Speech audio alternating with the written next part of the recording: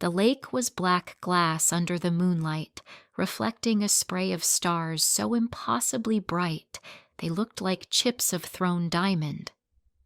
It was here at the dilapidated family cabin 3 hours north of anything resembling civilization that Genevieve felt the first tremor of the earthquake that would shatter her world.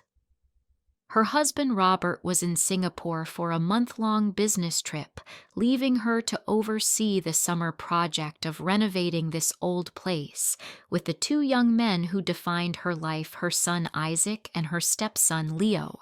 That night, a humid breeze whispered through the pines, and on a reckless impulse born of wine and a profound simmering loneliness she had slipped out of the cabin for a midnight swim. The water was a cool silken shock against her skin. She floated on her back naked under the vast silent sky, feeling a sense of freedom she hadn't experienced in years. She was not a wife. She was not a mother or a stepmother. She was just a woman, a body suspended between water and stars. It was as she waded back toward the shore, the water sluicing from her body, that she saw them. 2 silhouettes standing just inside the tree line, utterly still. Isaac and Leo. They had not made a sound. She had no idea how long they had been there. For a frozen, heart-stopping moment, the 3 of them were locked in a silent tableau, the naked woman emerging from the lake and the 2 young men watching her from the shadows. She saw no judgment on their faces, no boyish embarrassment. In the pale moonlight, their expressions were identical, a look of intense, arrested stillness, a gaze that was no longer that of sons looking at a mother, but of men looking at a woman. The air grew thick with a sudden, dangerous voltage. In that shared silent moment of her exposure, she knew that the unspoken rules that governed their blended family had been quietly, irrevocably broken. The cabin renovation project had been Robert's idea. "It'll be a great bonding experience for the boys," he'd said, conveniently ignoring the fact that he wouldn't be there for most of it. So Genevieve at 46 found herself playing foreman and peacekeeper to Isaac, her biological son of 22, and Leo, her stepson of 21. They had been a blended family for 7 years, a delicate ecosystem she had carefully nurtured. Isaac was her anchor. He was serious, responsible, and possessed a quiet intensity that reminded her of his father, her first husband. His love for her was deep, proprietary, a bond forged in the crucible of a divorce that had left them clinging to each other. Leo was a charming rogue, the son of Robert's first marriage. He was all easy smiles and playful banter, but beneath the surface he had a deep well of gratitude for Genevieve, the stable maternal figure he had never had. The rivalry between them was a low, constant hum beneath the surface of their lives, a competition for her time, her approval, her affection. Now, in the forced intimacy of the isolated cabin, that hum was amplifying into a deafening roar. The renovation project became the stage for their drama. Every task was a new opportunity for competition. When a heavy beam needed to be lifted, both would rush to her side, flexing their youthful strength. An argument over the correct way to install a window frame would become a thinly veiled debate about whose approach to life, Isaac's careful deliberation or Leo's confident improvisation, was superior. Genevieve was the prize, the judge, the sun around which these 2 planets now revolved. And to her deep and profound shame, she found that she was enjoying it. The attention was a powerful, intoxicating drug. In her marriage to Robert, she had once again become a comfortable, overlooked fixture. But here, in the rustic, sweat-soaked air of the cabin, she was the object of 2 men's focused, competing energy. She was seen. She was desired. The feeling was so potent it almost frightened her, and she found herself subtly, unconsciously fanning the flames. She would wear her tank tops and work shorts, telling herself it was for practical reasons, but she was acutely aware of the way their eyes would follow her as she climbed a ladder or bent over to weed the garden. She would praise Isaac for his meticulous craftsmanship, then turn and laugh at one of Leo's charmingly sarcastic jokes, carefully distributing her affection, keeping them both in her orbit. She was playing a dangerous game, maintaining a delicate, thrilling equilibrium of desire. The night of the swim changed everything. The unspoken became spoken not in words, but in the new charged quality of their glances. The pretense was gone. They had all seen the same thing. She was a woman, and they were men, and the shared knowledge of that fact was now a fourth person in the house, a ghost of possibility that haunted their every interaction. The days grew hotter, more intense. The rivalry between the brothers became more overt. It was no longer just about who could work harder. It was about who could get closer to her. Leo would bring her a glass of iced tea, his fingers brushing against hers as he handed it to her, his gaze holding hers for a heartbeat too long. An hour later, Isaac would appear with a perfectly sharpened tool, pointing out a more efficient way for her to complete her task, his presence a solid protective wall at her side. One afternoon, she was struggling to pry a rotted board from the porch. "Here, let me," Leo said, appearing behind her. He placed his hands over hers on the crowbar, his body pressing against her back. "We just need more leverage." His voice was a low murmur against her ear, and she could feel the heat of his chest through her shirt. She was frozen, her heart hammering intensely, aware of Isaac watching them from across the porch, his jaw tight, his eyes like chips of ice. "Or," Isaac said, his voice sharp, "you could use the right tool instead of just forcing it." He strode over a different kind of pry bar in his hand and nudged Leo aside with a pointed look. Like this, the tension was so thick she could have cut it with a saw. She was the fulcrum of their conflict, the prize in their primal unspoken war. And her own heart was a battlefield. She was drawn to Leo's easy, flirtatious charm, which made her feel young and vibrant. But she was also comforted by Isaac's steady, protective presence, which made her feel safe and cherished. She loved them both in their own ways, and the dawning realization was that her love was no longer purely maternal for either of them. It was a tangled, monstrous, beautiful mess, and it was hers. She was not just an observer of this rivalry. She was a willing, if terrified, participant. The cabin, once a symbol of family and rustic charm, had become a pressure cooker. Genevieve felt like she was walking a tightrope, balancing the affections and the simmering resentments of the two young men. The triangulation of desire was constant, exhausting, and thrilling. A week after the midnight swim, the tension finally boiled over. They were sitting around a crackling bonfire, the night sky, a deep, starless velvet. They had been drinking beer after a long, hard day of work, and the alcohol had loosened their tongues and lowered their inhibitions. The conversation, as it often did, turned to the past. "Do you ever wonder what it would have been like?" Leo asked, his voice uncharacteristically serious, his eyes on the fire. "If my mom and your dad, if everything had been different."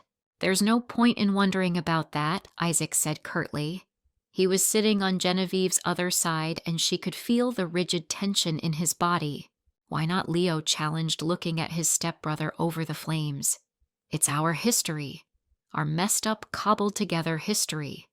We're all sitting here because of it." He turned his gaze to Genevieve. "You're the only one who's been a constant for both of us." The statement was true, and it landed with a heavy weight. She was the common denominator, the link that held their fragile family together.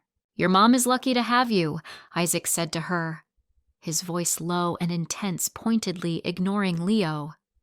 "You've held everything together." "My dad is lucky to have her," Leo corrected, his voice laced with a subtle sarcasm.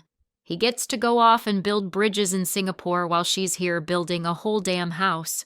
That's enough, both of you, Genevieve said, her voice quiet but firm. But the damage was done. The beer, the firelight, the raw emotion of their conversation had created a volatile atmosphere. Later, after the fire had died down and they had moved back inside, the storm broke. Genevieve was in the kitchen washing the beer glasses when Isaac came in. "You have to be careful with him," he said, his voice a low warning. "Careful. What are you talking about, Isaac?" "Leo," he said, his jaw tight. "The way he looks at you, the way he touches you. He doesn't see you as a stepmother." "And how do you see me?" she challenged, turning to face him, her heart beginning to pound. He stepped closer, his eyes dark and possessive. "I see you as my mother," he said, his voice fierce. "And I see a woman who deserves better than a husband who's never here, and a stepson who thinks he can flirt with her." He reached out and cupped her face in his hands. "I see the most beautiful, strongest woman I've ever known, and I hate that you're lonely." His touch was not gentle. It was possessive acclaim. Just as she was about to pull away, her mind reeling, Leo appeared in the doorway. He took in the scene, Isaac's hands on her face, the raw intensity of the moment, and a slow, dangerous smile spread across his lips. "Am I interrupting something?" he asked, his voice deceptively light. Isaac dropped his hands as if her skin had burned him and turned to face his stepbrother. "Stay out of this, Leo." "How can I?" Leo replied, stepping into the room. "This involves all of us, doesn't it? It always has." He looked at Genevieve, his eyes full of a challenging, knowing warmth.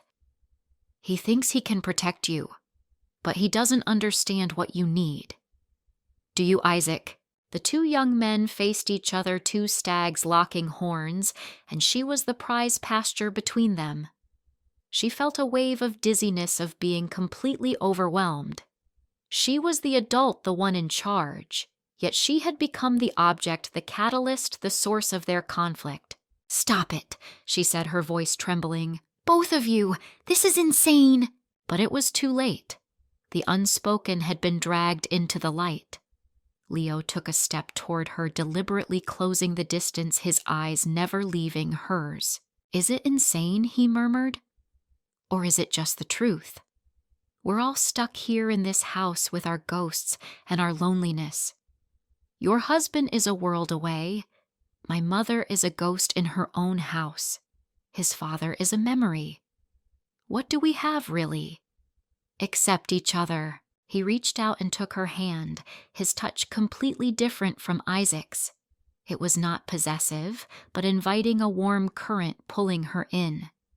At the same time, Isaac moved to her other side, placing a firm, grounding hand on her shoulder. She stood between them, frozen, a live wire connecting two powerful opposing currents.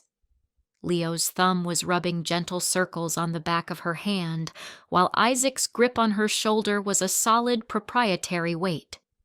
She was surrounded, claimed by both of them in their own way. She looked from one to the other, at Isaac's fierce, protective love and at Leo's charming, seductive understanding. In that moment, she desired them both. She desired the safety Isaac offered and the thrill Leo represented. They were two halves of a whole, two answers to the question of her own loneliness. The room was silent, the only sound the frantic beating of her own heart. This was the true moment of transgression. Not a kiss, not a touch, but this silent shared acknowledgement of the impossible triangular desire that now bound them. It was a sin of complicity, a sin of the heart, and they were all three of them in that moment equally and irrevocably guilty. The standoff in the kitchen was a silent, shattering climax. Nothing physical happened yet. Everything changed. The moment broke when Genevieve finally found the strength to pull away from them, both her movements jerky and unnatural. "I'm going to bed," she announced to the silent room, her voice a thin, brittle thread. She fled without looking back, but she could feel their eyes on her, a shared gaze that was both a bond and a battle line. Sleep was a fiction. She lay in her bed, her body trembling, replaying the scene in her mind. The possessive heat of Isaac's touch, the seductive warmth of Leo's. She was disgusted with herself, with her own weakness, with the way she had not just allowed, but subtly encouraged their rivalry. The loneliness she had felt had been a thirst, and she had let her two sons in their own ways become the well from which she drank. It was a toxic, selfish act, and the guilt was a physical sickness in her stomach. The next morning, a fragile, unspoken truce was in effect. The air was thick with restraint. They worked on the cabin with a grim, silent determination, the easy camaraderie of the previous weeks gone replaced by a careful, deliberate distance. The dynamic had been exposed, and like a creature of the dark, it could not survive in the harsh light of day.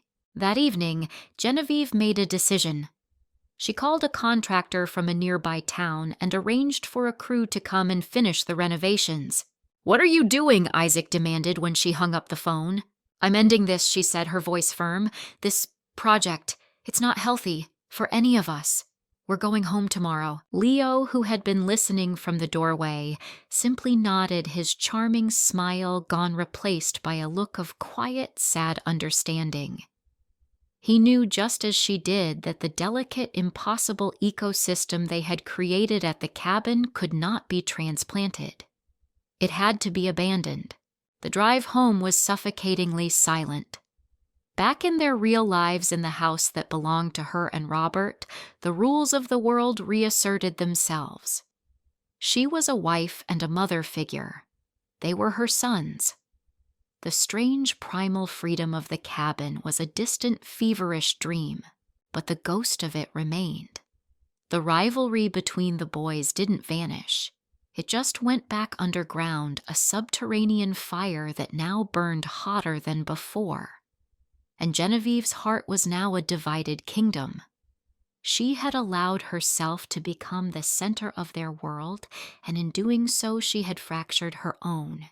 When Robert returned, he stepped back into a house that looked the same but felt fundamentally different. He noticed nothing, of course. He was full of stories about Singapore, happy to be home, happy to see the boys. Genevieve played her part, the dutiful, welcoming wife. But she felt like an imposter in her own life. She had not crossed a physical line with either of them, but she had committed a deeper, more profound betrayal. She had allowed the lines of family to blur into a dangerous, narcissistic game. She had used their affection, their rivalry, to soothe her own loneliness, and in doing so had risked the very foundation of the family she had worked so hard to build. Months later, the boys were back at college. The house was quiet again, but the silence was different. It was no longer just empty, it was haunted. It was haunted by the memory of a bonfire, of a midnight swim, of a moment in a kitchen where she stood between two forms of love and had been unable or unwilling to choose. She knew that the earthquake that had begun at the lake was not over. The tremors were still radiating outward, and she understood that the most devastating cracks were the ones that had formed deep within her own heart. The love of a mother is supposed to be a pure and simple thing, but hers was a complicated, fractured, and dangerous love, and she would carry the weight of it and the guilt of it forever. What happens when a woman's love is divided, not just between two sons, but between two different kinds of love she inspires? This story delves into the complex heart of a blended family, exploring the dangerous interplay of loneliness, maternal affection, and sibling rivalry. It questions the nature of desire and asks whether the need to feel seen can make us complicit in the fracturing of our most sacred bonds. We are left to wonder about the silent betrayals, the ones that happen without a single touch. Is an emotional transgression a sin of the heart as devastating as a physical one. We invite you to share your perspective on Genevieve's journey caught between the two powerful currents of the young men in her life. If this exploration of the intricate, often painful dynamics of family and desire resonates with you, please subscribe, like, and share. Your voice is a vital part of what makes this community so compelling. Thank you for watching.